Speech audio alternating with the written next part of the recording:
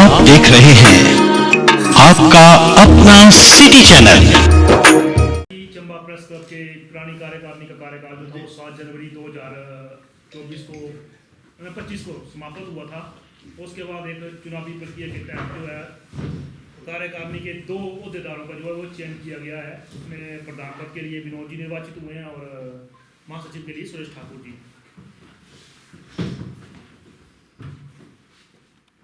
नए पदाधिकारी चुन लिए गए हैं तो उनके लिए पद व गोपनीयता की शपथ दिलवाने की जो रस्म है वो उसको आज हम मुकम्मल करने जा रहे हैं और इस प्रक्रिया को जो है वो पूरी करवाएंगे हमारे वरिष्ठ सदस्य हमीद खान जी, जो दोनों ही अहदेदारों को जो है वो पद व गोपनीयता की शपथ दिलाएंगे और उसके बाद विधिवत तरीके से ये दोनों अपना कार्यभार संभाल लेंगे और जो पूर्व में रहे पदाधिकारी हैं वो पदमुक्त हो जाएंगे और कार्यकारिणी का जो विस्तार होगा वो ये दो आपस में बैठ के करेंगे। जो ये करेंगे वो सभी को मान्य होना चाहिए, किंतु परंतु कोई नहीं होना चाहिए। अगर किसी को कोई दिक्कत होगी तो वो व्यक्तिगत तौर से इनसे मिले, कोई ग्रुप में ये ना डाले कि मैं ये नहीं बन पाया या मैं ये नहीं बन पाया। जिसको कोई दिक्कत होगी इन दोनों से आपने बात कर लेनी है कि भाई हमें ये दायित्व नहीं मिला है या हमें दायित्व ना मिलने की वजह बताई जाए, क्योंकि ग्रुप में बनता है मजाक, ठीक है ना। वो ये दोनों जो लोग हैं ये आपस में बैठकर 7 तारीख को जो अगली बैठक होगी उसमें कार्यकारिणी के बारे में ये बता देंगे कि किस किस को क्या क्या दायित्व दिया गया है और कौन कौन दायित्व मुक्त हैं और बाहर मुक्त हैं, ठीक है। तो जब कार्यकारिणी बनेगी तो ये इसी हाउस में उसकी घोषणा करेंगे विनोद जी। तो किसी को कोई दिक्कत होगी तो आपने यहीं पे वो बात करनी है, ठीक है ना। जो रिएक्शन एक्शन जो भी होगा वो यहीं पे होगा, इससे बाहर इस सदन से बाहर कोई बात नहीं। ये बात बिल्कुल सही है। और अब चलो मेरा कार्यकाल जैसा भी रहा, पुराना कार्यकाल दो, नया कार्यकाल है, थोड़ा सा एक और रहेगा कि अनुशासन जो है वो उसका बहुत जरूरी यहाँ पालना जो है बहुत जरूरी है।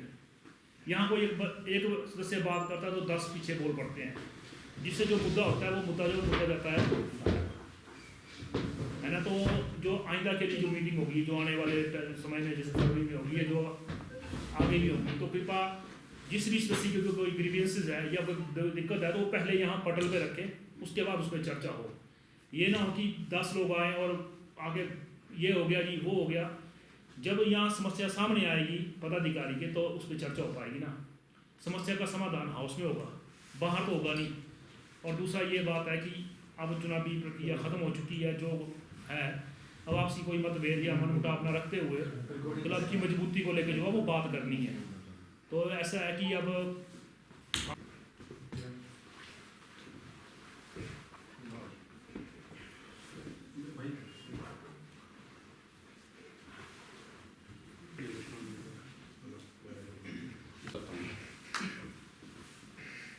जैसे दीपक जी ने कहा बहुत मुद्दे की बात की।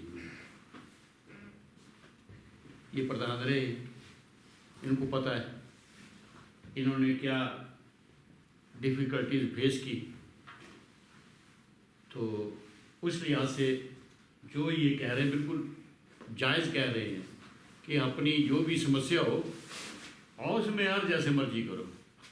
मैं तो शुरू से लेके मैं 3 साल से यही बोलता आ रहा हूँ कि ग्रुप में मत डालो। उसके बावजूद भी लोग जो मतलब हमारे सदस्य जो है वो बाज नहीं आते। मेरी यही रिक्वेस्ट रहेगी कि भाई ग्रुप में ये चीज़ें ना पड़े तो बहुत अच्छा है। ग्रुप में पड़ेगी कला क्लेश फिर होगा। मैं एक ज़्यादा क्या कहूँगा, एक वरिष्ठ सदस्य के नाते से आप सब मेरे छोटे हैं, मैं सलाह ही दे सकता हूँ। बाकी जो हो गया, इलेक्शन होना था संपन्न हुआ, जो जीते जो हारे ये तो एक प्रोसीजर चलता है। तो बाकी ये है कि मन मुटाव की बात जहाँ इन्होंने कही वो बिल्कुल ठीक है। ये अपना मन मुटाव अब छोड़ देना चाहिए, क्योंकि जो हो गया सो हो गया। अपने मन में मत रखें और ज़्यादा से ज़्यादा सभी सदस्यों की ये कोशिश रहे कि इस क्लब को हमने ऊपर ले जाना, नीचे नहीं गिराना है। बस इसके अलावा मैं कुछ नहीं कहना चाहता हूँ। धन्यवाद। नवनिर्वाचित अध्यक्ष विनोद जी जो है वो अपने पद की शपथ लेंगे तो खान जी शपथ लाएंगे।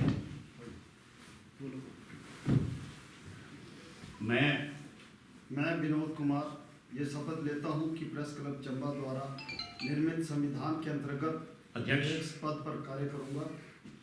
मैं विनोद कुमार अध्यक्ष प्रेस क्लब चंबा ये वचन देता हूं कि प्रेस क्लब चंबा के संविधान की अनुपालना करते हुए क्लब की गरिमा को अक्षुण्ण बनाए रखते हुए पूरी ईमानदारी व निष्ठा से कार्य करते हुए अपने कर्तव्य का निर्वहन करूंगा।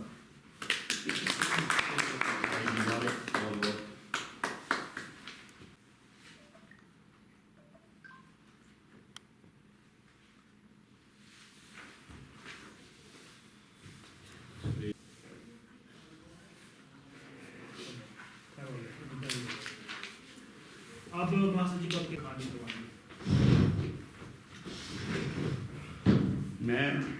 मैं सुरेश ठाकुर ये शपथ लेता हूँ कि प्रेस क्लब चंबा द्वारा निर्मित संविधान के अंतर्गत महासचिव पद पर कार्य करूंगा। मैं सुरेश ठाकुर महासचिव प्रेस क्लब चंबा ये वचन देता हूँ कि प्रेस क्लब चंबा के संविधान की अनुपालना करते हुए क्लब की गरिमा को अक्षुण्ण बनाए रखते हुए पूरी ईमानदारी और निष्ठा के साथ कार्य करूंगा और अपने कर्तव्य का निर्वहन करूंगा।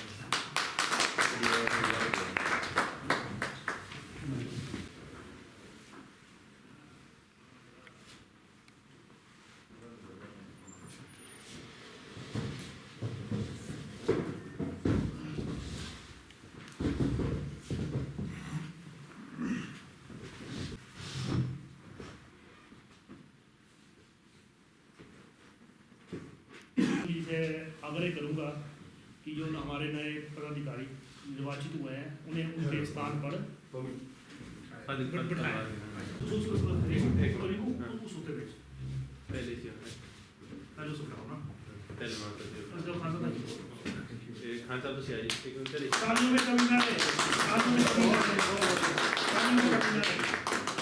अगर किसी ने आरोप लाया तो वो डलवा सकते हैं आप। हाँ हाँ खुआओ आ रहे हो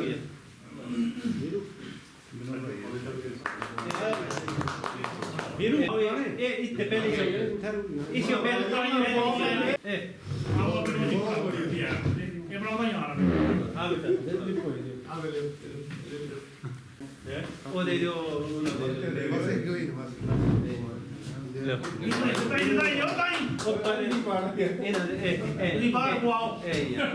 बाहर है अगली और भी ना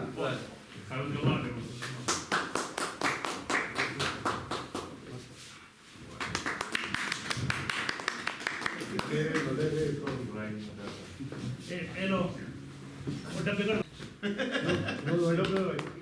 विनोद भाई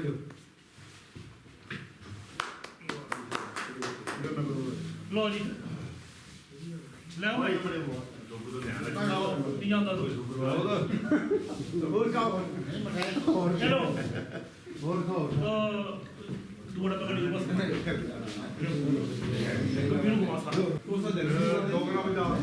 से करेंगे और यार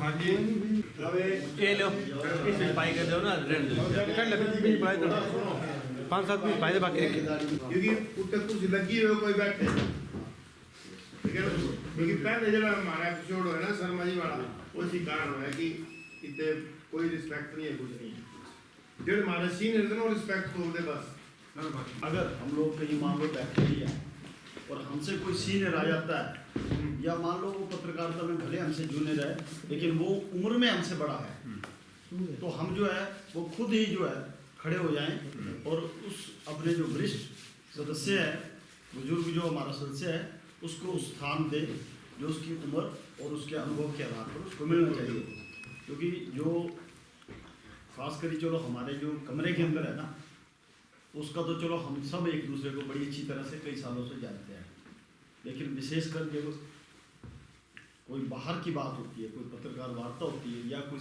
जन सम्मेलन में हम जब पार्टिसिपेट करते हैं तो वहाँ ये जो हमारी एक्टिविटी होती है वो और लोगों की नज़र में रहती है वो और लोग देखते हैं कि जब ये लोग अपनों का सम्मान कर रहे हैं अपने से बड़ों का सम्मान कर रहे हैं तो फिर किसी की भी ऐसी हिम्मत नहीं होती है कि वो हमारे किसी भी सदस्य के प्रति उंगली उठा सके तो इसलिए जो मेरे से बड़े हैं उनका भी बहुत बहुत आभार और जो मेरे से छोटे हैं मेरे छोटे भाई उन सबसे ये आग्रह रहेगा कि जो हमारे वरिष्ठ जब भी आए अगर हम बैठे हैं तो कृपा करके जो है उनको जरूर स्थान मुहैया करवाएं।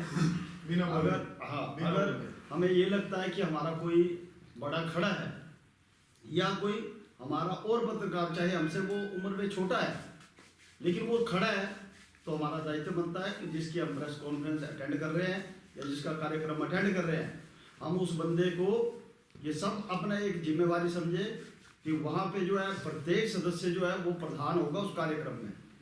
तो वो ये इंतजार ना करे कि प्रधान और महासचिव आप बोलेंगे, वो ये सोचे कि मैं ही प्रधान हूँ इस कार्यक्रम में। तो वो निसंकोच होकर उस आयोजक के जो आयोजक है जो बंदा, उसको निर्देश दे उसी समय कि भाई साहब कुर्सी ले आओ इनके लिए, हमारे पत्रकार खड़े हैं।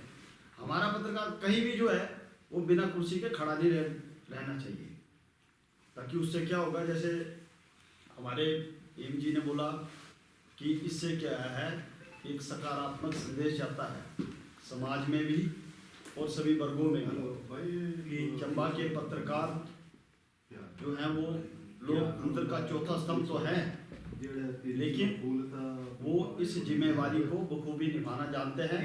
समाज को जो है वो अच्छी तरह से जानते हैं। डैनियल जी नो बात सुन लो, क्योंकि अभी सारे बात करें, अगर मैं एक फोन पे बिजी हो जाऊंगा ना, आप सबका ध्यान मेरे फोन की तरफ चले जाएगा। तो इसलिए सबसे मैं क्षमा चाहूँगा कि अगर मुझसे कोई गलती हो गई हो चुनावों के दौरान, तो जो मेरे बड़े हैं वो भी मुझे माफ़ करें और जो मेरे छोटे भाई हैं वो भी मुझे माफ़ करें, क्योंकि चुनावी दौर था। चुनाव में कई तरह के हथकंडे चलते हैं, क्योंकि चुनाव ना चाहते हुए भी भेदभाव पैदा कर देता है। आप जितना मर्जी करो, क्योंकि जब मैंने वोट लेना है या किसी ने भी वोट लेना है, तो वो वोट लेने के लिए राजनीति करेगा। और राजनीति को इसीलिए डर्टी पॉलिटिक्स कहा जाता है, क्योंकि उसमें कई तरह के हथकंडे चलते हैं। हालांकि हमारे लिए अच्छी बात है कि हमारे क्लब में जो है वो शांतिपूर्ण ढंग से बड़े आपसी प्रेम भाव के साथ ये चुनावी प्रक्रिया संपन्न हुई है। और यही नहीं, इससे पहले भी जब 3 बार चुनाव हुए हैं, तो इसी तरह का हम सब ने एकता के साथ, भाईचारे के साथ, आपसी प्रेम मिलाप के साथ जो है इस कार्यक्रम को अंजाम दिया था। तो इसलिए मेरा सभी साथियों से ये आग्रह रहेगा कि अगर आपको फील्ड में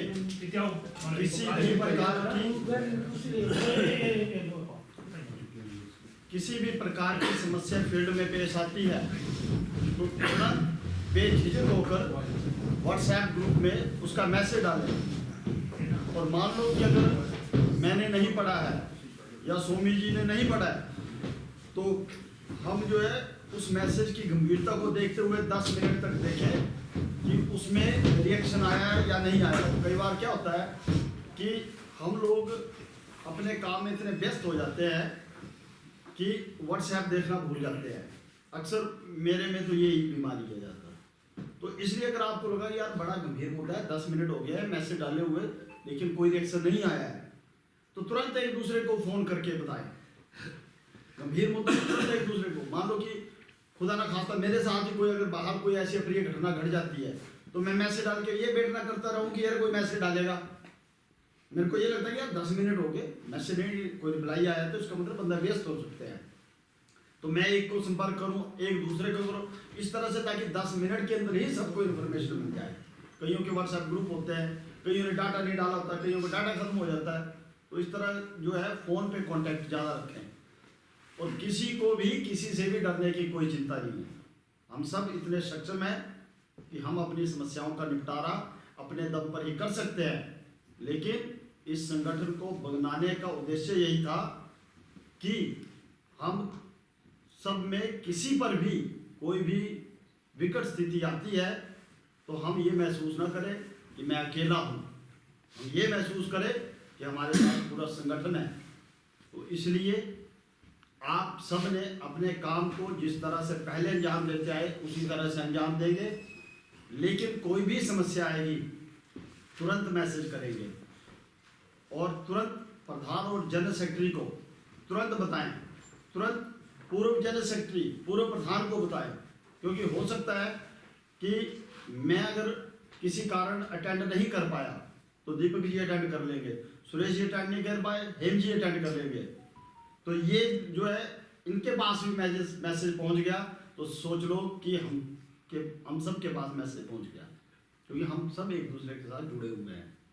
तो इसी आशय के साथ कि हमने जो विकल्प इस चुनाव के माध्यम से आप सबके सहयोग से चुना है, और जो हमने चुनावों के दौरान ये बात कही है, क्योंकि हम सब के दिल में एक कॉमन इशू था सबके, चाहे मैं हूँ, चाहे दीपक है, चाहे इंडिया, चाहे सुरेश है, चाहे जो भी इस सदन में बैठे, वो एक कॉमन था कि प्रेस क्लब के पास अपनी भूमि नहीं है।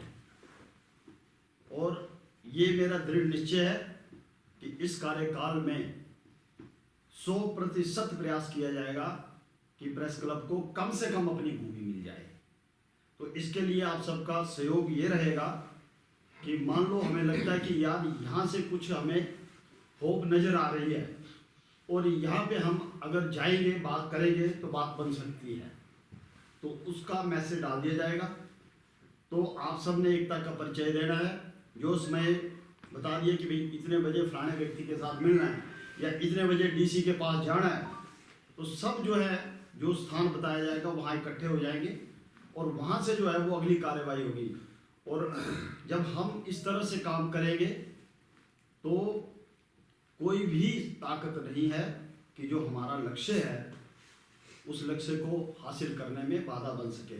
दूसरा कि आज से प्रेस क्लब में मैं शब्द खत्म हो जाएगा। मैं बहुत खतरनाक शब्द होता है, तो इसलिए आज से हम शब्द रहेगा प्रेस क्लब का मोटो, कि हम में हम सब हैं, और क्लब तभी है जब हम सब हैं। तो इसलिए आज से जो भी बात होगी, जब भी बात होगी, कहीं बाहर बात होगी, किसी से भी बात होगी, तो वहाँ मैं शब्द का इस्तेमाल नहीं होगा। वहाँ यही बात होगी कि सर हम सब इकट्ठे हैं, सर हम सब की ये मांग है, हम सब की ये डिमांड है। तो इसी उम्मीद के साथ कि जिस तरह से आप सबका क्लब पर आशीर्वाद बना रहा है, उसी तरह भविष्य में भी बना रहेगा, और हम सब मिलकर अपने लक्ष्य को हासिल करने में कामयाबी प्राप्त करेंगे। आप सबका धन्यवाद। नव निर्वाचित महासचिव सुरेश ठाकुर जी से कि वो भी हमारे साथियों को 2 शब्द कहें।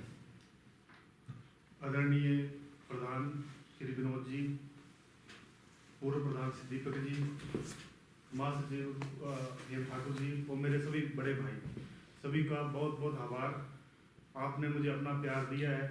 मेरी आपसे सभी एक ही सहयोग की अपील रही कि इस क्लब को सक्षम बनाने के लिए अपना अहम योगदान दें। आप हमारे साथ चलें, हम आपके साथ चलेंगे, ठीक है। जहां आपको ज़रूरत होगी हम चलेंगे। बस आपका सहयोग जैसे आपने चुनाव में दिया है, तो 3 साल तक आपका सहयोग ऐसा ही बना रहे, मैं यही उम्मीद और कामना करता हूँ। धन्यवाद।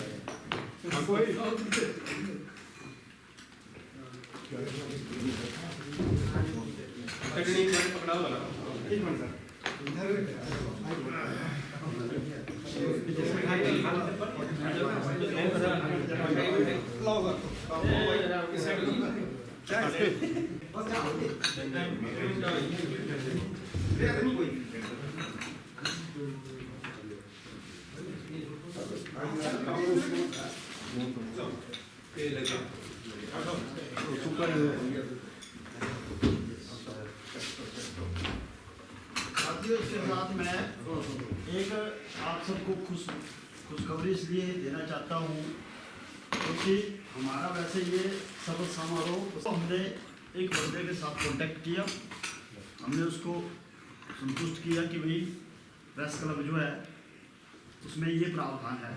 मैं वो क्या प्रावधान है पहले वो बता देता हूँ।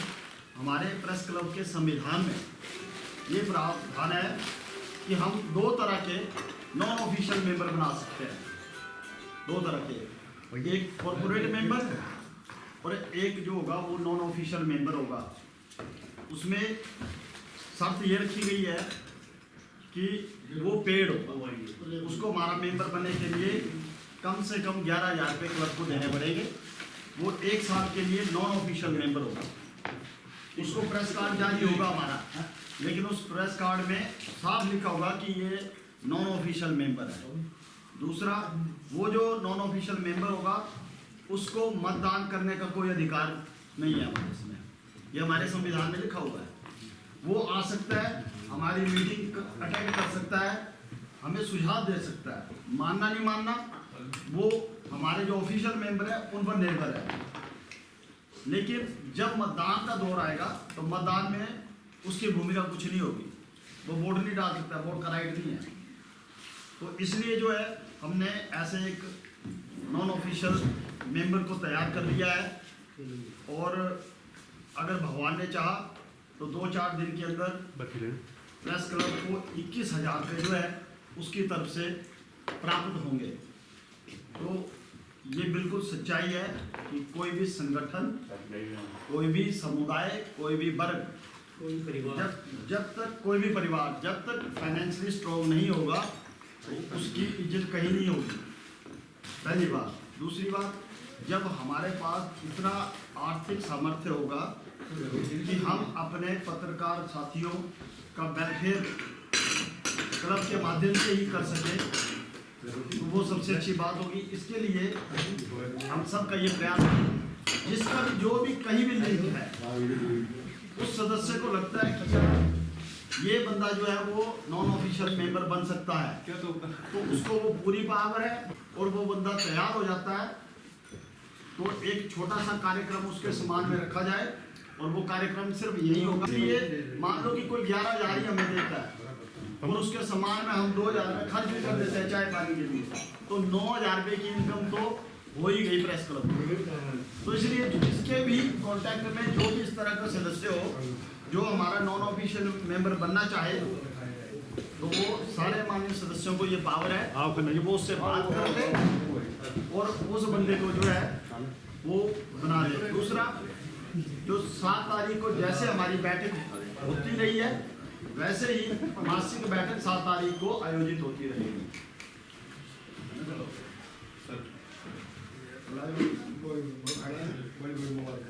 सुरेश को